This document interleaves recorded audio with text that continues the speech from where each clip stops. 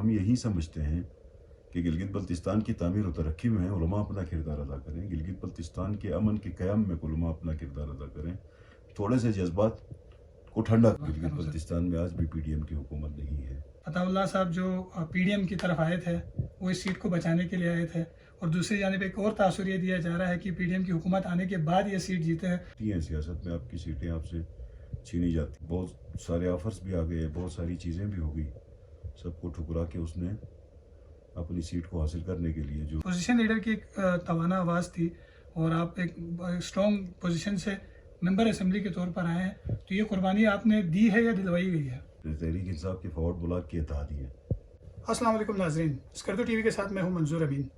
گلگت بلتستان کی سیاسی صورتحال پر اگر بات کی جائے تو یقیناً چند ہی لوگ ہیں جن کو توانا آواز سمجھا جاتا ہے، اور ان کی نہ صرف عوامی حلقوں میں پذیرائی ہے بلکہ ایوان کے اندر بھی ان کی آواز جب گونجتی ہے تو یقیناً اگر اپوزیشن میں رہیں تو حکومتی سطح پر کھلبلی مچ جاتی ہے، اور حکومت میں رہیں تو اپوزیشن بھی کوئی بات کرنے سے پہلے 100 دفعہ. ٹھیک ہے. السلام علیکم ناظرین، اسکردو ٹی وی کے ساتھ میں ہوں منظور امین.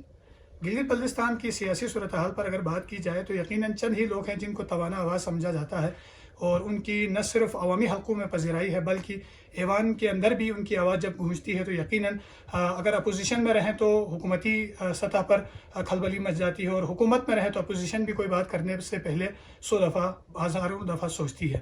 اور اسی آوازوں میں سے جو ایک آواز ہے توانا آواز امجد ایڈوکیٹ صاحب کی ہے. اور سب سے پہلے سر شکریہ آپ کا ٹائم دیا. اور امجد ایڈوکیٹ صاحب اسکردو آئے ہوئے ہیں نجی دورے پر، اور سر سیاسی صورتحال کے حوالے سے سب سے پہلی جو بات کریں گے، ایک ووٹ کے مارجن کے بعد آپ نے جس طرح سے اس ووٹ کو نکالا، کیسا تھا سر مرحلہ؟ جمیل صاحب کے حوالے سے بات کر رہا ہوں. بہت شکریہ، اسکردو ٹی وی کا بھی شکریہ. ہاں، یہ ایک مسلسل جدوجہد ہوتی ہے. جو الیکشن ہوا 2020 کا الیکشن تھا، تو اس میں ہماری بہت ساری سیٹوں کے اوپر شب خون مارا گیا تھا. اس میں جمیل صاحب کے حلقے کی ایک سیٹ کی اہمیت تھی، وہ پوری دنیا کو پتہ تھا، وہ ایک نمایاں سیٹ تھی. تو اس کے اوپر جدوجہد کی. جمیل صاحب نے بھی پچھلے تقریباً 2.5 سال مسلسل مقدمے کی پیروی کی، اور ڈے 1 سے ہمیں امید تھی کہ ہماری سیٹ ہے، ہم سے چھینی گئی ہے، ہم اس کو دوبارہ حاصل کریں گے. تو اس پہ ہماری جدوجہد مسلسل رہی، اور اللہ کا فضل ہو گیا کہ ہم اپنے کیس میں کامیاب ہو گئے، اور بالآخر عدالت نے ہمارے حق کو تسلیم کیا، اور جمیل صاحب کو حلقہ نمبر 2 کا ممبر اس نے ڈکلیئر کیا، اور اس نے حلف لیا، آج وہ ممبر ہے. تو یہ چیزیں ہوتی ہیں سیاست میں، آپ کی سیٹیں آپ سے چھینی جاتی ہیں، پھر اس کے لیے آپ نے جدوجہد کرنا ہوتا ہے. تو اس جدوجہد کے نتیجے میں یہ سیٹ ملی، اور اس میں جمیل صاحب نے بذات خود بہت زیادہ اس میں محنت کی، چونکہ اس کے حلقے کے عوام نے اس کو مینڈیٹ دیا تھا. تو بہت سارے آفرز بھی آ گئے، بہت ساری چیزیں بھی ہو گئی، سب کو ٹھکرا کے اس نے اپنی سیٹ کو حاصل کرنے کے لیے جو سر ایک تاثر یہ بھی دیا جا رہا ہے کہ فتح اللہ صاحب جو پی ڈی ایم کی طرف آئے تھے وہ اس سیٹ کو بچانے کے لیے آئے تھے، اور دوسری جانب ایک اور تاثر یہ دیا جا رہا ہے کہ پی ڈی ایم کی حکومت آنے کے بعد یہ سیٹ جیتے ہیں، تو اس پہ پی ڈی ایم کا انفلوئنس ہے. تو اس میں کیا صداقت ہے اور کس حد تک سچائی ہے؟ پی ڈی ایم کی حکومت تو 2022 میں ہی آئی تھی. گلگت بلتستان کے سنجورے میں بات کر رہا ہوں. گلگت بلتستان میں آج بھی پی ڈی ایم کی حکومت نہیں ہے، آج بھی تحریک انصاف کی فارورڈ بلاک کی حکومت ہے. ہم اس تحریک انصاف کے فارورڈ بلاک کے اتحادی ہیں. تو ایز سچ ہماری کوئی حکومت نہیں ہے، یہ حکومت تحریک انصاف کے فارورڈ بلاک کی ہے. ہم اس کے اتحادی ہیں، ہمارے پاس حکومت کا کوئی رول نہیں.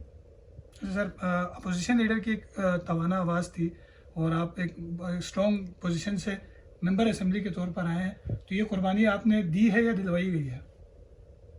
یہ میں اپنے کیے کے اوپر مطلب میں فخر کرتا ہوں. میں نے ایک جدوجہد کی ہے. بینگ اپوزیشن لیڈر میری جو ذمہ داریاں تھیں وہ تاریخ کے اندر اس کا ریکارڈ ہے، اس کا حصہ ہے. جب میں اپوزیشن لیڈر تھا تو میرا کام یہ تھا کہ اس حکومت کے جو اقدامات ہیں یا اس حکومت کی پالیسیز ہیں، حکومت گلگت بلتستان کے عوام کے ساتھ ان کا رویہ کیا ہے، میں نے اس رویے کے اوپر اپنا ایکشن کرنا تھا. آپ کے سامنے ہے پچھلے 2.5 سال 3 سال ان کی حکومت رہی. اس حکومت میں گلگت بلتستان کے لوگوں کو نہ تعلیم کی سہولت میسر ہوئی، نہ صحت کی سہولت میسر ہوئی، نہ پانی، نہ بجلی، نہ آٹا نہ گندم. ان کا مطمع نظر گلگت بلتستان کے عوام نہیں تھے. یہ عمران نیازی کے جو عزائم تھے ان کے اوپر گلگت بلتستان کے وسائل خرچ کر رہے تھے. تو ہماری ذمہ داری بنتی تھی بینگ اپوزیشن لیڈر کہ ہم ان کو نکیل ڈالیں اور ان کے عزائم کو عمل درآمد سے روکیں. اس کے لیے ہم نے اپنی کوشش ضرور کی ہے. اسمبلی کے اندر بھی، فورم کے اندر بھی ہم نے اپنی ضمیر کی آواز بلند کی اور ہم نے عدالتوں میں بھی لڑے ہیں. تو یہ تاریخ کا حصہ ہے. یہ تاریخ فیصلہ کرے گی کہ ہمارا جو اقدام تھا وہ گلگت بلتستان کے لیے اس کے کیا اثرات ہیں. اچھا سر، سیاست سے ہٹ کر کچھ علاقے کے حوالے سے بات کریں تو یقیناً عرصہ دراز سے دیکھا جا رہا تھا کہ گلگت بلتستان کے اندر ایک امن کی فضا، بھائی چارگی کی فضا بہت زیادہ پریویل کر رہی تھی، اور اس میں بالخصوص گلگت کے اندر جو سچویشنز تھی ماضی میں دیکھیں تو اس کی نسبت بہت زیادہ مثبت ایک پہلو نظر آ رہا تھا، جس میں شیعہ سنی اتحاد کی جو فضا تھی وہ بہت زیادہ سازگار ہوئی تھی. اور یقیناً جس کی جو مثال ہے وہ حالیہ جو مجلس محرم الحرام کی جو مجالس تھی ان کے حوالے سے، عاشورہ کے جو جلوس تھے ان میں جو شیعہ سنی اتحاد اور بین المسالک میں کہوں گا کہ اتحاد کا جو ایک رول بن رہا تھا، جو فضا قائم ہوئی تھی، وہ ایک دم سے سبوتاج ہو گئی اور ایک بدامنی کی سچویشن بنی. اگر بدامنی نہ کہیں تو کم از کم ایک انتشار کی سی سچویشن بنی ہوئی گلگت بلتستان کے اندر. آج ہر کوئی بے چین ہے اور ہر کوئی پریشان ہے اس سچویشن میں. تو اس میں کیا سمجھتے ہیں کہ کہاں پر کوئی خلا بنی ہے اور اس کی بنیادی وجہ آپ کیا سمجھتے ہیں؟ دیکھیے، پاکستان کا جو معاشرہ ہے یہ ایک فالٹ لائن ہماری پاکستان کے معاشرے کے اندر ہے.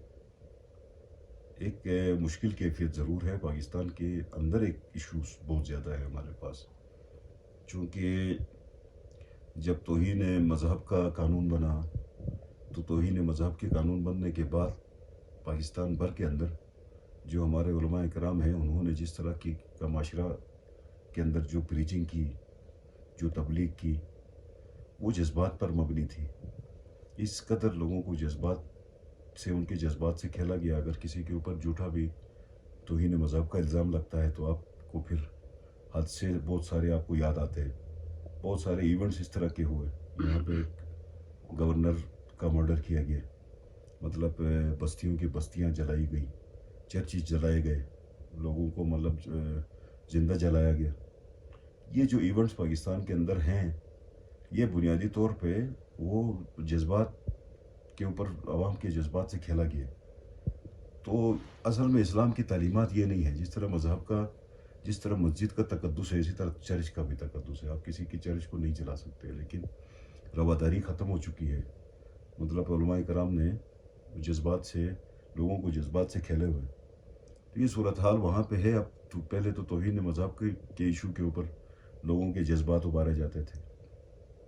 اب توہین مسلک کا بھی قانون کی بات چل رہی ہے، اور توہین مسلک کے قانون کے جو اثرات ہوں گے وہ ہمیں تو اس سے بھی بھیانک لگتے، اس سے بھی مشکل حالات لگتے. تو یہ حالات پیدا ہوتے رہیں گے. ہونے نہیں چاہیے تھے لیکن ہوئے. سر ایسے میں کیا لگتا ہے کہ ایز اے ممبر اسمبلی، اور یقیناً آپ لوگوں کا رول بھی زیادہ بنتا ہے حکومتی سطح پر بھی اور اسمبلی کے فلور پر بھی، اس کے ساتھ ساتھ ایک عام شہری کے طور پر بھی آپ اس نقطۂ نظر کو دیکھتے ہیں، اس کا آسان اور بہتر اور دیر پا حل کیا نکل سکتا ہے؟ اس کا سمپل سا فارمولہ یہ ہے کہ یہ بھی اسلامی تعلیمات میں سے ہے. آپ کسی کے جھوٹے خدا کی بھی تصدیق نہیں کر سکتے. جھوٹے خدا کی بھی تصدیق نہیں کر سکتے. وہ آپ کے سچے خدا کی تصدیق کریں. تو سوال سب سے بڑا یہ ہے کہ کسی کی تصدیق نہیں ہونی چاہیے. اچھا، کسی کے مسلک کے ساتھ نہیں چھیڑنا چاہیے. اپنے مسلک کو چھوڑنا نہیں چاہیے. تو لوگ اپنے مذہب میں رہیں، اپنے مسلک میں رہیں. کسی کے مسلک سے نہ چھیڑیں، کسی کے مقدسات سے نہ چھیڑیں. چھیڑنے کی وجہ سے اور اس طرح کے حالات جب پیدا ہوتے ہیں تو اس کے اندر بہت ساری چیزیں پھر وہ جذبات میں آ کے لوگ وہ جو لمٹس ہیں ان سارے لمٹس کو کراس کرتے ہیں. لمٹس کو کراس کرنے کے بعد یہ حالات پیدا ہوتے ہیں. اب چونکہ سوشل میڈیا کا دور ہے، اب ہم میں اور آپ بات کر رہے ہیں تو اس وقت پوری دنیا کو ہم اپنے سامنے رکھ کے بات کرتے ہیں. چونکہ یہ ویڈیو ریکارڈ ہو رہی ہے، اس ویڈیو کی ریکارڈنگ کہیں بھی جا سکتی ہے. تو ہمارے علماء کرام جب بات کر رہے ہوتے ہیں تو ان کو یہ احساس نہیں ہوتا کہ اس کی ریکارڈنگ بھی ہوتی ہے، اس کے اثرات بھی ہوتے ہیں. تو ٹھیک ہے، عقائد اپنے اپنے ضرور ہیں، لیکن عقائد کا برملا اظہار کی ضرورت نہیں ہوتی. اگر کسی کی دل آزاری ہوتی ہے تو وہاں پر عقائد کے برملا اظہار کی ضرورت نہیں ہوتی. ہر مسلک کے اندر، ہر مسلک کے عقائد کو دیکھیں گے تو دوسرے مسلک کے خلاف ہے، لیکن ان کے اظہار سے ایشوز آتے ہیں. تو تو یہ بھی ایک اجتہادی ٹائپ کی غلطی ہو گئی ہے. اس میں یہ نہیں ہے کہ مطلب اس کو ایشو بنا کے اتنا بڑا مسئلے کو کھڑا کریں اور اس کو لے کے چلیں. تو اس طرح کے ایونٹس پیدا ہوتے ہیں, اس طرح کے معاملات پیدا ہوتے ہیں. پیدا ہونے کا مطلب یہ نہیں ہے کہ اس کے اوپر ہم پھر مطلب تیل ڈالیں اور تیل ڈال کے آگ لگانا شروع کریں. اس پہ پانی ڈالنے کا بھی عمل ہو سکتا ہے. اس پہ پانی ڈالیں اور پانی ڈال کے اس چیز کو سلجھائیں. اور گلگت بلتستان کا جو معاشرہ ہے, یہاں کا جو ہمارا ریجن ہے, اس کے اندر مختلف الخیال لوگ رہتے ہیں, مختلف مسالک کے لوگ رہتے ہیں. ہر مسلک کے لوگوں کو حق ہے کہ وہ اپنے عقائد کا اپنی مرضی سے اظہار بھی کریں اور عقائد کا مطلب ایک دوسرے کے عقائد کا احترام بھی کریں. تو گلگت بلتستان بھی پاکستان کی طرف فالٹ لائن ہے, یہاں پر بھی ایشوز ہیں. ان سارے ایشوز کو سمجھنے کی ضرورت ہے. مسائل کو سمجھ کے گلگت بلتستان کا جو امن ہے, اس کو ہم اپنا مطلب پرائم اپنا وہ رکھیں, پرائرٹی نمبر 1 رکھیں. تو اس صورت میں ہی جا کے یہاں کی غربت کا خاتمہ ہو سکتا ہے, یہاں کے اندر تھوڑی بہت اکنامک ایکٹیویٹی ہو سکتی ہے. ادروائز ایک درے میں ہم بند ہیں. پوری دنیا گلگت بلتستان میں آنا چاہتی ہے. اب بہت سارے ایونیوز کھلے ہیں, لوگ فلائٹس میں آتے ہیں, لوگ بائی روڈ آتے ہیں. اس ٹوریزم کے سیزن میں ہم ایک ایسے جھگڑے میں رہیں اور مسافروں کو نقصانات ہوں, مسافروں کو اپنی ڈیسٹینیشنز پہ پہنچنے میں مشکلات ہوں. اچھا ٹورسٹ جو آتے ہیں ان کے لیے, سیاحوں کو تکلیف ہو. تو وہ سارا کچھ ہماری ان چپکلشوں کی وجہ سے یہ ہوتا ہے. اس کے باوجود بھی ٹوریزم چل رہا ہے. تو ہم اگر امن کا گہوارہ بنائیں گلگت بلتستان میں کو, تو اس صورت میں یہاں کی اکنامک کنڈیشن بہتر ہوگی. ہم یہی سمجھتے ہیں کہ گلگت بلتستان کی تعمیر و ترقی میں علماء اپنا کردار ادا کریں. گلگت بلتستان کے امن کے قیام میں علماء اپنا کردار ادا کریں. تھوڑے سے جذبات کو ٹھنڈا کریں اپنے اپنے. تو اس میں اتنا بڑا ایشو نہیں ہے کہ اس کو ہم نہ سلجھا سکیں. تو انشاءاللہ اس پہ بھی کام ہو رہا ہے, حکومت بھی کام کر رہی ہے. آج بھی ایپیکس کمیٹی ہوئی ہے, اس کے اندر مطلب اس کو ریزالو کرنے کا بھی راستہ دیا گیا ہے. مذاکرات کا عمل شروع ہو چکا ہے. انشاءاللہ اس مذاکرات کے عمل سے ہم اس گلگت بلتستان کے اندر جو تھوڑا بہت جو تلخی پیدا ہوئی ہے, اس تلخی کو ہم ختم کریں اور گلگت بلتستان کے اندر جو بھائی چارگی ہے اس کو دوبارہ بحال کریں. ہم سب اس خطے کے باسی ہیں, ہمارے نسلوں نے اس یہاں پہ آباد رہنا ہے. تو چھوٹے موٹے ایشوز کو عفو درگزر کر کے, چھوٹے موٹے معاملات پیدا ہوتے بھی رہیں گے, ان کو سلوشن بھی کر کے, ان کے مسائل کو حل کر کے آگے کی طرف ہم نے جانا ہے اور آنے والی نسل کے لیے ایک اچھی زندگی دینی ہے. تو اس کے لیے ہم سب نے مل کے کام کرنا ہوگا. اس میں کسی پارٹی کی کوئی قید نہیں ہے. کوئی سیاسی میدان میں ہے یا نہیں, کوئی ممبر پہ ہے, کوئی سیاست میں ہے, کوئی اسمبلی میں ہے, کوئی اپوزیشن میں ہے, کوئی حکومت میں ہے, کوئی سرکاری ملازمت میں ہے. ہم سب نے بحیثیت قوم ہم نے آگے بڑھنا ہے. انشاءاللہ ہم آگے بڑھیں گے اور گلگت بلتستان کے امن کو بحال کریں گے. چلیے سر, بہت شکریہ. اور آخری سوال بلتستان میں, کیونکہ آپ یہاں پر موجود ہیں, تو شنٹر پاس کے حوالے سے, جو ٹینڈر کے حوالے سے بار بار منسوخی کا معاملہ چل رہا ہے, اور اس طرح کے میگا پروجیکٹ جتنے بھی آ رہے ہیں, اس میں بار بار یہ سمجھا جاتا ہے کہ بلتستان کے ساتھ زیادتی ہو رہی ہے. لیکن چونکہ شنٹر پاس ایک اہم تجارتی مرکز بنے گا اور شاہراہ بنے گی, اس کے بار بار منسوخی کا یہ تاثر دیا جا رہا ہے کہ کیونکہ یہ سابقہ ادوار میں حکومت میں چلا تھا, تو اس کہیں ایک کریڈٹ ان کی طرف نہ جائے, اس لیے روکا جا رہا ہے. بار بار اس طرح کا بھی تاثر دیا جا رہا ہے. لیکن ابھی عدالت سے تو خیر یہ نکل آیا ہے, لیکن اس کی وجوہات کیا کیا ہے کہ بار بار یہ اس طرح کے میگا پروجیکٹس پر رکاوٹیں ڈالی جا رہی ہیں, ٹینڈرز منسوخ ہو رہے ہیں, تو اس کی کیا نوعیت بن رہی ہے؟ دیکھیں, ٹینڈر کا پروسیس ہونا, ٹینڈر کے پروسیس میں رکاوٹیں کھڑی ہونا اور ٹینڈر پوسٹپون ہونا, یہ کمرشل ایکٹیویٹی ہے. ٹھیک ہے, اس میں لوگوں کے معاشی معاملات کے لیے لوگ آخریت تک جاتے ہیں. ہمارا مسئلہ پروجیکٹ ہے. ہم کہتے ہیں کہ پروجیکٹ اپنے ٹائم کے اوپر ہونا چاہیے. اس کو ایس او پیز کے تحت, اس کا جو PC1 ہے اس کے تحت اس کی امپلیمنٹیشن ہونی چاہیے. اب اس ٹینڈر کے عمل میں 100 سوالات کھڑے ہوتے ہیں, 100 ایشوز کھڑے ہوں گے, چونکہ بہت بڑا پروجیکٹ ہے, ہر بندے کی طرف سے کھینچاتانی کا عمل ہے. اب تو میرے خیال میں چیزیں پروسیس میں گئی ہیں, اور آن ورڈ جو ابھی ٹیکنیکل کھلے گا, پھر اس کا فائنینشیل کھلے گا, تو اب تو کوئی رکاوٹ میں مجھے نہیں لگتا ہے. اب چونکہ وہ ٹینڈر اپنے پروسیس میں ہے, اگلے کچھ دنوں میں آپ کو پتہ چلے گا, جو بھی اس کے اندر لویسٹ ہے وہ اپنا ٹینڈر کا سٹارٹ آرڈر لے گا اور کام شروع ہو جائے گا. بہت بہت شکریہ امجد صاحب آپ کے وقت کا, اور جی ناظرین، ہر فرد کا اپنا رول بنتا ہے، اور چاہے وہ سیاسی طور پر وابستگی ہو، چاہے وہ علماء کرام ہو، چاہے وہ عام شہری ہو، ہر کسی کا رول بنتا ہے گلگت بلتستان کی تعمیر و ترقی. اور گلگت بلتستان کی تعمیر و ترقی واحد ایک ہی چیز پر جو ہے انحصار کرتی ہے، وہ ہے امن و امان کی صورتحال. اپنے میزبان منظور امین کو یہاں دیجیے اجازت. اللہ نگہبان.